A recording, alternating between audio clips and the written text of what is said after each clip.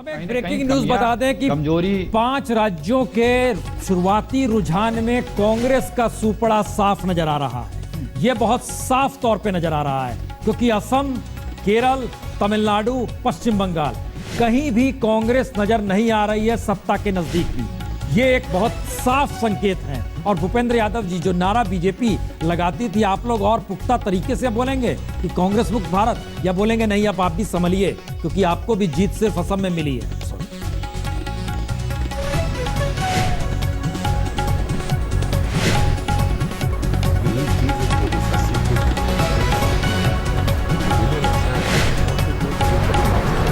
आवाज जी भूपेंद्र जी, हमारी आवाज अब तक आ रही है? अब आई है जी। हाँ, तो जरा जानना चाहेंगे, आप लोग नारा दिए थे सत्ता में आते ही कि कांग्रेस मुक्त भारत, लेकिन इस 5 राज्यों के चुनाव में पूरा भारत तो नहीं है, लेकिन बावजूद इसके कांग्रेस का सुपड़ा साफ नजर आ रहा है और बीजेपी के लिए अच्छी खबर है। क्या है इस पर आपकी राय?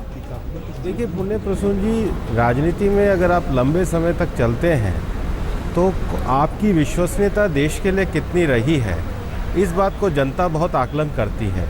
अभी जो अखिलेश जी कह रहे थे कि ना वो मंडल के साथ ना कमंडल के साथ, सब एक सच बात ये है कि पिछड़ों को आरक्षण 40 साल तक कांग्रेस ने नहीं दिया। सच बात ये है कि देश में वोट बैंक की राजनीति कांग्रेस ने शुरू करी। सच बात ये है कि इस देश को पारदर्शी शासन देने में अगर कोई पार्टी विफल रही तो वो कांग्रेस रही। और 67 सालों के हिंदुस्तान में अगर पानी, बिजली, सड़क जैसी सुविधाओं को हम पूरा नहीं कर पाए तो उसके लिए दोषी कांग्रेस है। और इसलिए हम कांग्रेस मुक्त की बात करते हैं तो हम ये कहते हैं कि देश की बुनियादी सुविधाओं से वंचित रखने वाली जो पार्टी और शासन व्यवस्था रही है उसका इस देश से मुक्त होना बहुत जरूरी है। यही कांग्रेस मुक्त भारत का नारा है। अखिलेश जी, एक सवाल यहाँ पर बड़ा सीधा और स्पष्ट है। नहीं, हम आप सवाल का जवाब दीजिए। अच्छा बोलिए। जवाब दे दूं जरा। जी बोल दीजिए। देखिए, जो व्यक्ति इस तरह की बात करता है, पानी, सड़क, भाई हम कहाँ थे जब देश आजाद हुआ? हम आज दुनिया की तीसरी आर्थिक शक्ति है। किसने बनाया? बीजेपी ने बनाया? नागपुर ने बनाया क्या? हम आज दुनिया की चौथी, 5वीं सामरिक शक्ति हैं, पहली मेधा शक्ति हैं। किस टेक्नोलॉजी में हम कहाँ पहुँच गए? ये किसने बनाया है? ये हमारी नीतियों ने, इस देश की जनता ने, कांग्रेस की सरकार की नीतियों ने और इस देश की जनता ने। हम आज पिछले 10 वर्षों में भी, ये लोग बोलते हैं पिछले 10 वर्षों में मनमोहन सिंह जी की हुकूमत में दुनिया में किसी भी देश की इकोनॉमी 4 गुना ग्रो नहीं की है। हमारा जो परव्यू था बजट का, वो 4 गुना बढ़ा। जिस दिन बीजेपी 2 गुना भी कर देगी 10 साल में, उस दिन बात करने लायक ही होंगे। 2 बजट ला चुके हैं, 1 लाख, 1.25 लाख करोड़ का इजाफा कर पाए। तो ये बातें कर देना, निंदा कर देना और इस देश के लोगों की मेहनत को 1 मिनट में नकार देना बीजेपी की कि देश के लोगों ने कुछ किया ही नहीं है, सब पे तोहमत लगा देना, ये बंद करे। अब रही राजनीति की बात, देखिए मैंने पहले भी कहा, अंग्रेज भी कहते थे कांग्रेस मुक्त भारत, वही बीजेपी कहती है कांग्रेस मुक्त भारत। वो अंग्रेजों का नारा था जिनके ये बड़े प्रिय थे, वो नारा यहाँ पे ये बोलते हैं। लेकिन ये नहीं पता कि उन अंग्रेजों को हम बर्किंघम के चौखट तक पहुँचाए, इनको भी पहुँचाएंगे। समय लग रहा है, थोड़ा सा शुरुआत हो चुकी है। हम एक जानकारी दे दें, पश्चिम बंगाल में ममता बनर्जी की शुरुआती रुझानों में वापसी हो गई है। 147 सीटों पर वो आगे चल रही है और लेफ्ट और कांग्रेस मिलकर 47 सीटों पर आगे है। बीजेपी के लिए बहुत बड़ी उपलब्धि है कि वो 10 सीटों पर वहां आगे चल रही है। और दूसरी तरफ केरल में एलडीएफ की भी वापसी हो गई है सत्ता में और कांग्रेस यानी ओमान चांडी की सरकार बाहर हो रही है। ये शुरुआती रुझान में चूंकि सभी 140 सीटों के रुझान केरल में भी आ गए हैं और वहां पर एलडीएफ 78 सीटों पर आगे चल रही है। बहुमत के लिहाज से सिर्फ 71 सीट चाहिए, वो 78 सीटों पर आगे चल रही है। बीजेपी वहां 2 सीट पर आगे चल रही है।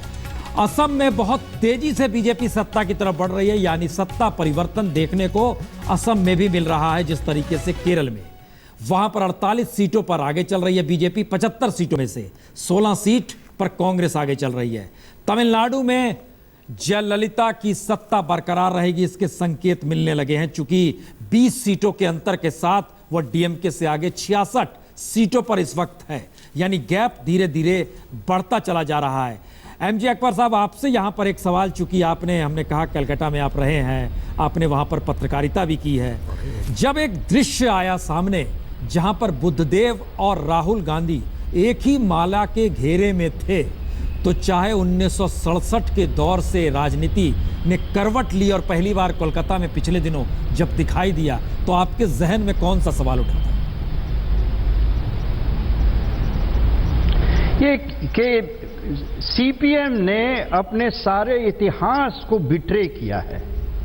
सीपीएम ने, ये कम्युनिस्टों ने सीताराम येचुरी के नेतृत्व में अपने पूरे इतिहास, ज्योति बाबू का जो यहाँ पर एक ज्योति बाबू थे बंगाल में जिन्होंने सीपीएम को बनाया था, उनको बिट्रे किया है।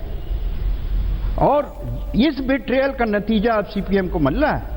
दूसरी बात का बताऊं, मुझे नहीं पता है कि लेफ्ट फ्रंट में कि जो रुझान आपको आए हैं उसमें से लेफ्ट का कितना है, कम्युनिस्ट का कितना है और कांग्रेस का कितना है, लेकिन मुझे आश्चर्य नहीं होगा कि अगर बीजेपी कांग्रेस से एक सीट ज्यादा ना हो अभी। ये है, और ये जबरदस्त। पिछले बार असेंबली में कांग्रेस के कोई शायद 43 सीट थे, ऐसा कुछ था जी। आज दोनों मिला के 47 पे हैं। लेफ्ट के कितने सीट थे पिछली बार? आज दोनों मिला के उससे आधे हैं। ये हालत है। इन्होंने, मैंने कहा, नाश का सर्वनाश किया है, क्योंकि ये politics of betrayal, politics of compromise और पॉलिटिक्स ऑफ लोग झूठ नहीं बर्दाश्त करेंगे। आप, दूसरी बात आपको मैं कहूं, ये जो एक नई कांग्रेस की नीति बनाई है उन्होंने, पूंछ पकड़ लो, जिसको मैं कहता हूं टेल स्ट्रेटजी, कि किसी भी जो आगे है उसका पूंछ पकड़ लो और ये सोचो, अंग्रेजी का मुहावरा है कि one day the tail will wag the dog. हम सबका टेल पकड़ते रहें and one day the tail will wag the dog. ये नहीं चलता है। The tail strategy has gone into a tailspin. आज ये जबरदस्त मैसेज है सारे देश से, 5 स्टेट से, जैसे, और ये कांग्रेस के स्टेट थे मान लीजिए।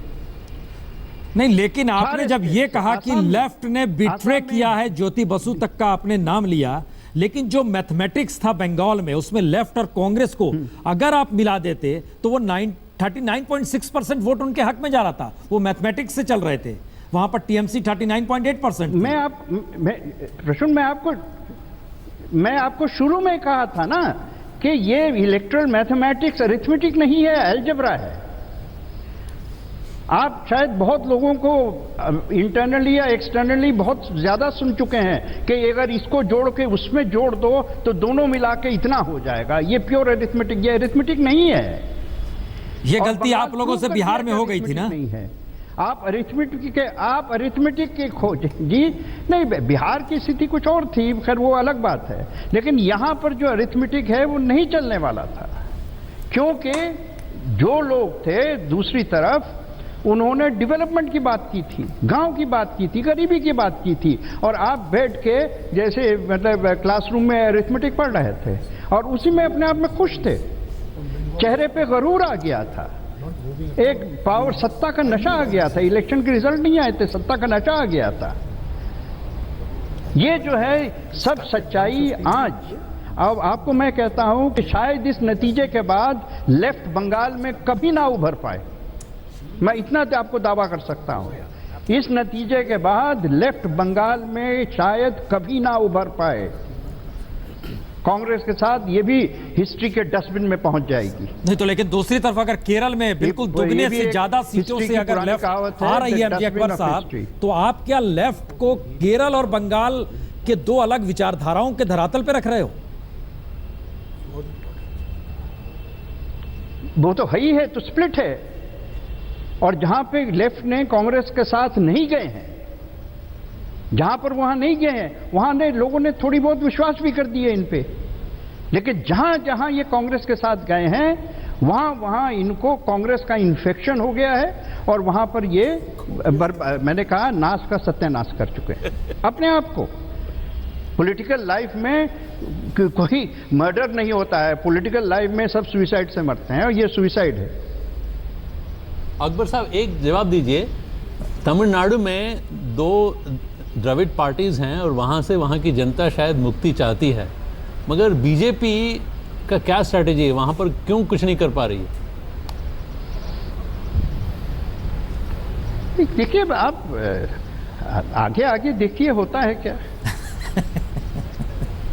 हम क्या पहले आप- हम एक मिनट जरा ग्राउंड जीरो पे चलते हैं। 5 साल इंतजार करें इसका।